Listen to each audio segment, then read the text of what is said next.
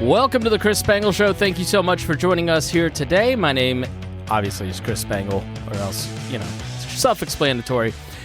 Today we're going to talk about barriers to investing. This is a fascinating subject that I knew nothing about until I saw the article in Real Clear Markets, part of the Real Clear Politics group. And my guest is Danielle Zanzalari. All right, I think I got it. Danielle Zanzalari is an assistant professor of economics at Seton Hall University, Garden State Initiative contributor, and Young Voices contributor. She writes personal finance lessons plans for high school students across the country and deeply cares about personal finance education. Danielle, thanks so much for joining me today. Thanks for having me on. Happy to be here. So, it's a rare person who is involved in economics and personal finance. You seem to be involved in both. Yeah, I was kind of torn between going to graduate school for finance or economics. And so I went for economics because it's more broad. And then I have focused right on those two topics that I love, financial economics. I love talking about banking regulation. You must be fun at parties, Danielle. Yeah. I mean, put me in a room of economists. It's my favorite time. So yeah, actually on my birthday this year, I was at a conference with economists and my sisters texted me and said, that sounds awful. I'm like, this was like the best birthday ever. I loved it. People say that about like Libertarian Party conferences too. Like, it's so nice to not feel alone. Nobody around me really wants to talk about this stuff, but I'm sure if you go to like an economics conference, you're surrounded by your own, and it's a nice little community.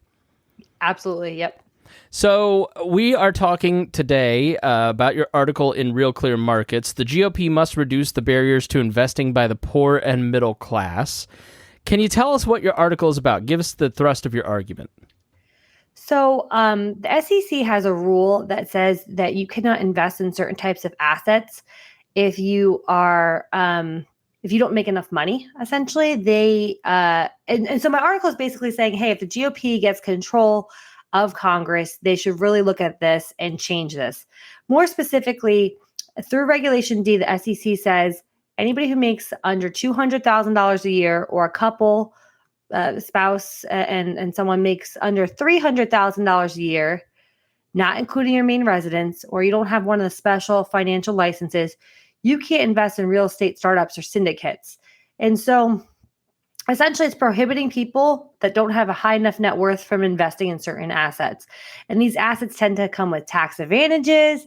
They tend to help you get different returns, maybe some outsized returns. So basically they're prohibiting investing in things that can make you money based on your income level. So this is odd to me because I could use your help. I'm not great at money management or investing. I spent all my investment on podcast equipment, if that tells you where I'm at, Danielle. But to explain a real estate syndicate and some of the actual products that are being invested in, because I don't know, I mean, those of us who are middle class may not have even heard of some of these. Right. So, a startup company could work. So if you want to invest in maybe a college classmate startup, you could invest through, if you can only invest technically if you're an accredited investor. A real estate syndicate means that a bunch of investors pool their money together to buy a real estate asset. So typically we're not talking about single family properties. You're thinking about like these very large apartment complexes that cost millions of dollars that, one investor typically doesn't have $5 million to invest in an apartment. But if you pool together 10 families, 20 families, you can. Well, you're not allowed to do that unless you are an accredited investor. And what the SEC says is that they want to ensure those participating investors are financially sophisticated to fend for themselves or sustain the risk of loss. So to the SEC, the wealthy is deemed financially sophisticated and the middle class financially stupid. Meanwhile, people are buying Twitter for $44 million and ruining it. But we're not here to talk about that investment. How did this come about? How did this, I assume a law passed by Congress, correct? That they would have to unpass it? Yeah. So what's being proposed, one of the things that was kind of floated around in the House Financial Services Committee within the House from House Rep. McHenry was that he and a few other colleagues want to expand this definition. So they didn't want to get rid of it completely, which probably would be my preference, that, you're an individual, you can make your own investment choices. If you sustain, loss, that's kind of on you. We don't want to talk about fraud, but, genuine loss, people lose money all the time. Doesn't matter if you invest in Apple or real estate. But what his definition that he wanted to propose is that anyone who invests more than 10% of their income can be an accredited investor. So even if you make $50,000, 10% is $5,000. If you invest $5,000 or more, you can actually invest in these sorts of assets, which is great. That's a lot more inclusive. It's not a threshold that you have to make $200,000 in a given year, but it's still not, my money and I can do what I want with it. Yes, exactly. And I mean, the thing is they worry about investors losing money, but you can lose money on any investment, whether it's an Apple stock with an Apple product and a company that's been around for years that's very sound, or a real estate investment deal. You're always still protected against fraud from a lot of the other agencies, such as the CF. I'm like blanking on the acronym right now, and I apologize. But the CFCB, I'm just blanking. What do they do? They basically they make sure that there's all these disclosures, that banks have to operate in good faith, that basically you can't fraud people out. So, for example, with the cryptocurrency issue going on right now with FTX, they committed fraud by taking investors' money and doing something illegal with it. That's always been illegal. So it doesn't matter if that happens in real estate or crypto, that's always illegal to defraud investors. So that's not really like the worry here. I guess the SEC is saying we don't want people to lose money, but my thing is if they really want to educate people, then educate people. If we're saying people are too financially stupid, then we need to fix our education and get financial education in there, not prohibit people from doing something. As we all know, you kind of learn by doing a lot of times. I know that the way I started investing, the way I started investing is you got to put money out there and you actually got to do it. You can read all you want, but until you do it, you don't really get a feel for how things work. And so kind of my work with this really started when I became an accredited investor, unbeknownst to me. And when I have a partial share of a property of a hotel. Now, I am not rich enough to own a hotel by myself by any means, but I can contribute a small sum of money and have a small sliver of that hotel owned by me and a bunch of other investors. But that's an opportunity that I would have not gotten unless I was able to get these opportunities. Yeah, because you talked about an app, a service, or something. It sounded sort of like the thing that I've played around with.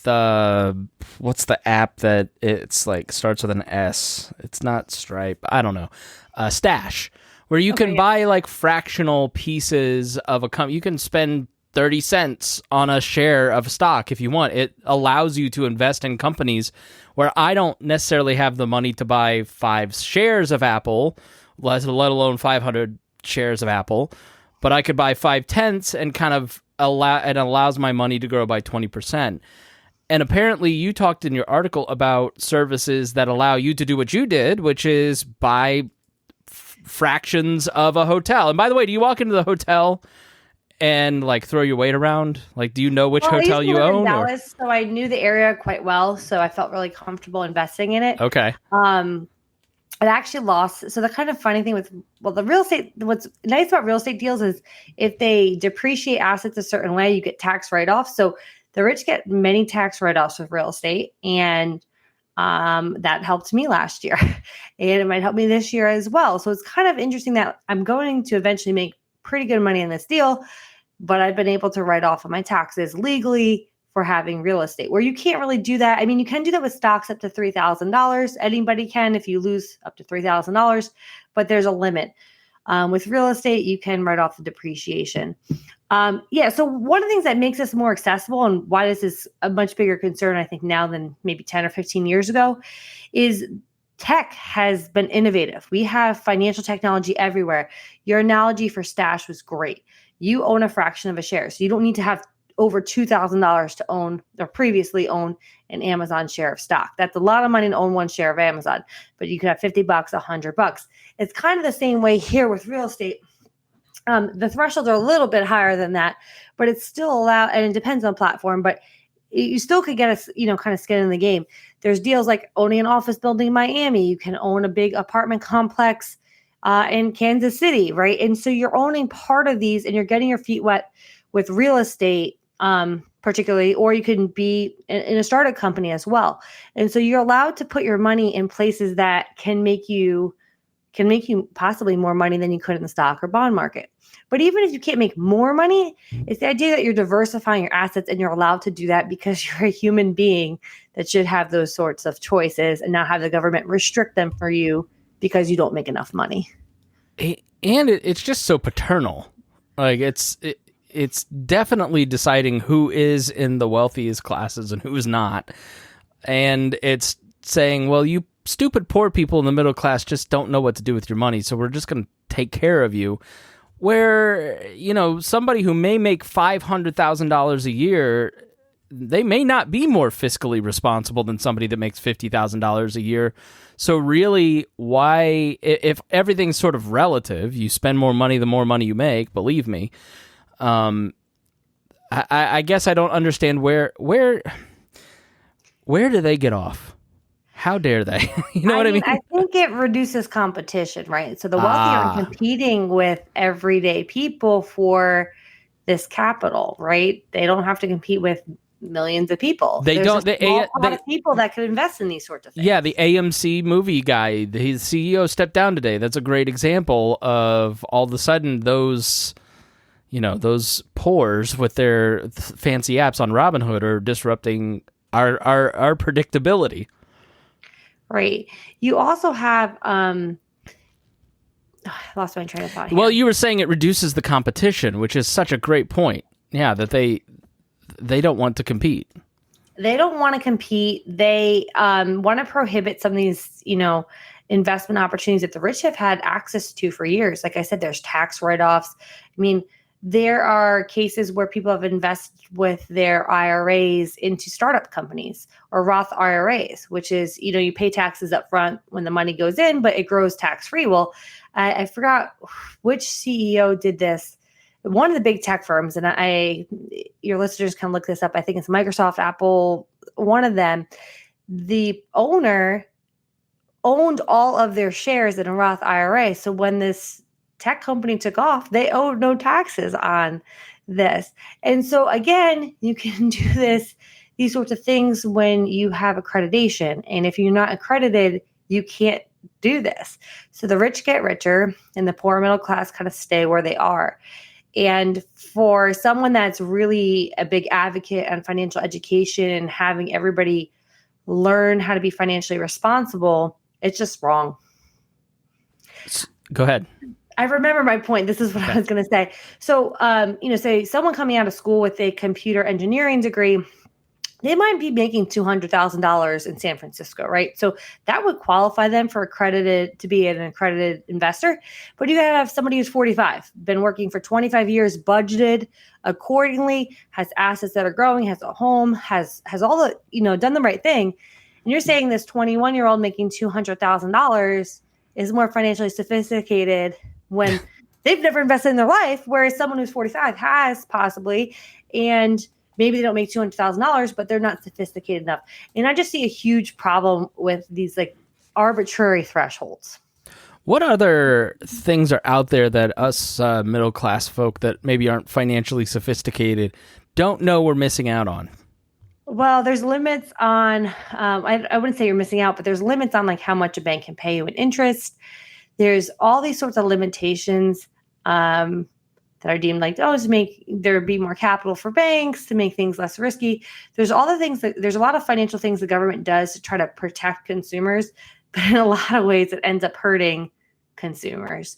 So I'm always very weary about new financial regulation being announced because they never seem to revisit this old financial regulation that seems to be very clunky and outdated and incorrect and inefficient.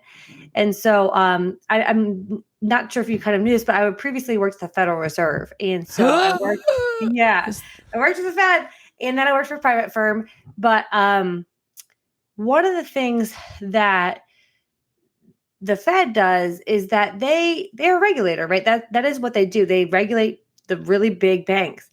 And I felt like they were always kind of looking for ways to regulate more.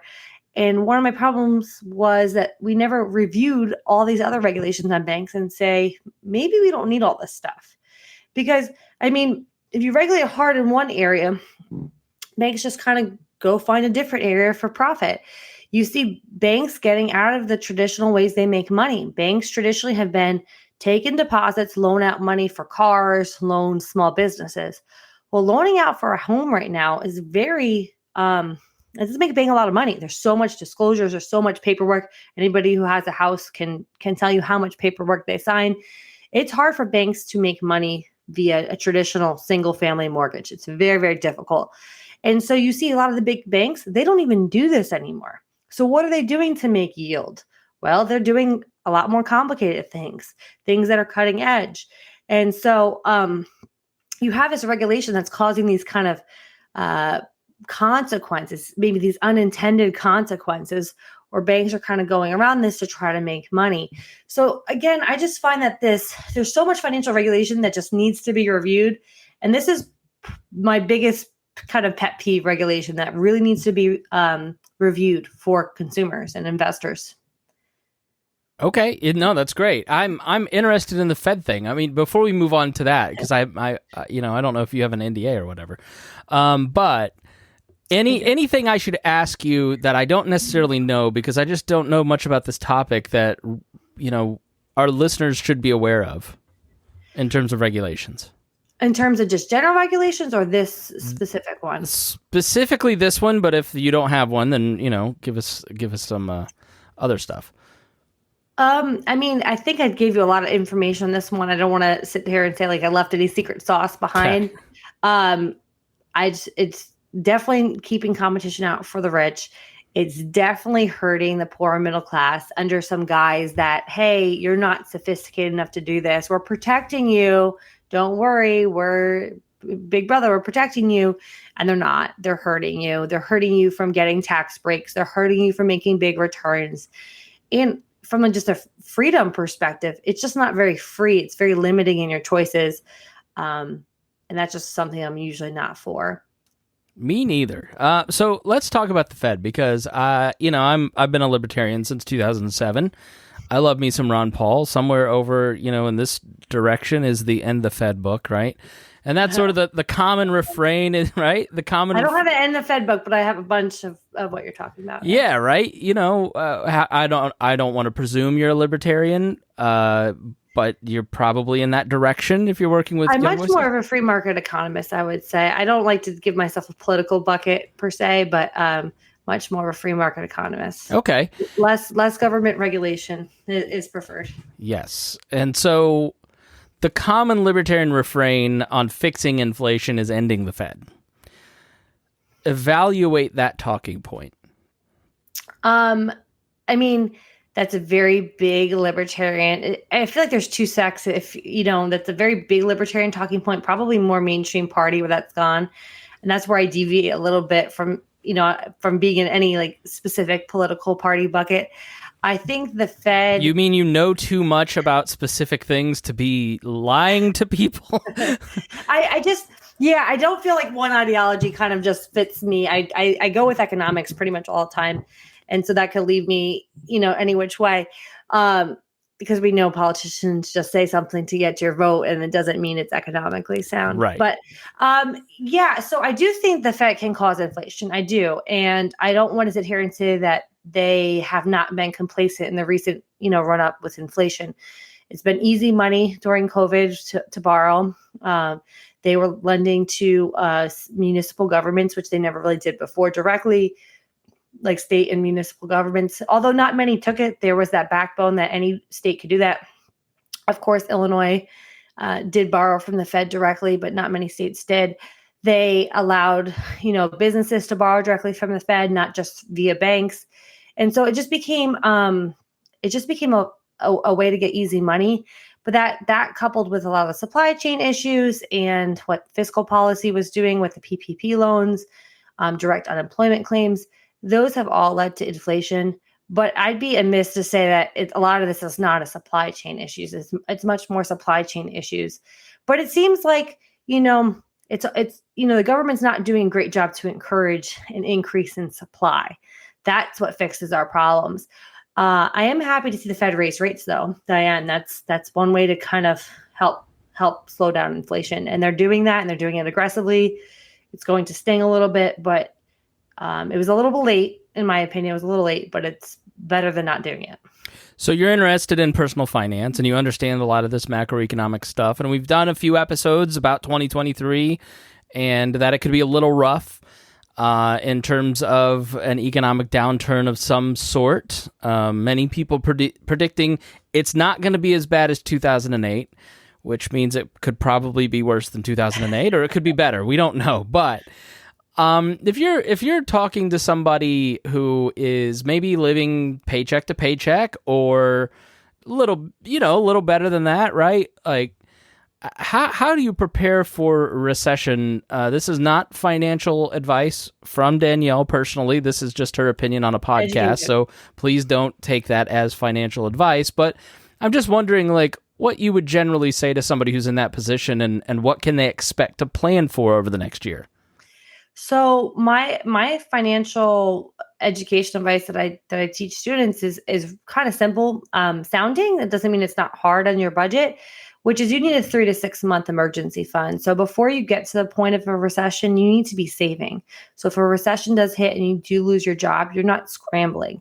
That might be hard for someone living directly at the paycheck, paycheck to paycheck, but finding $10, $20 each month to save and stock away until you get 3 months of your living expenses saved is tremendous cushion. And then you always should maintain a budget of 20% savings.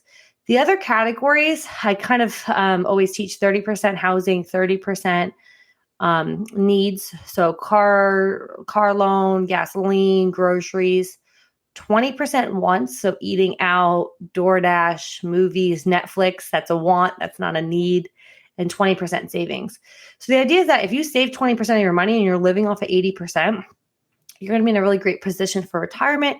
You're going to be in a really great position if there's a downturn.